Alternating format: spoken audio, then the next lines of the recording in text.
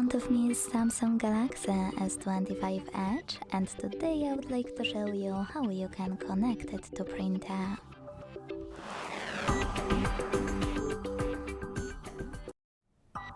Begin by opening Devices Settings. Then click on Connections right away and scroll all the way down. When you're ready, click on More Connection Settings at the bottom. And finally, select Printing over here.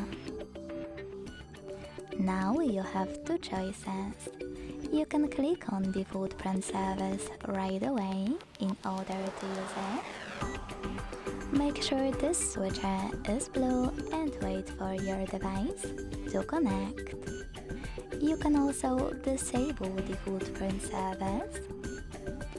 Go back, hit Download plugin over here and install the best one for your printer.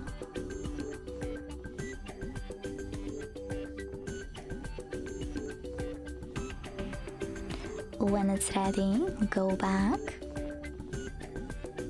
And as you can see, it appeared over here. Just click on it and make sure this switcher is blue.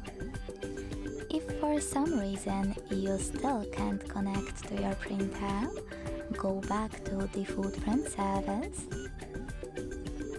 Click on Gray Switcher and tap on those three dots at the top right corner.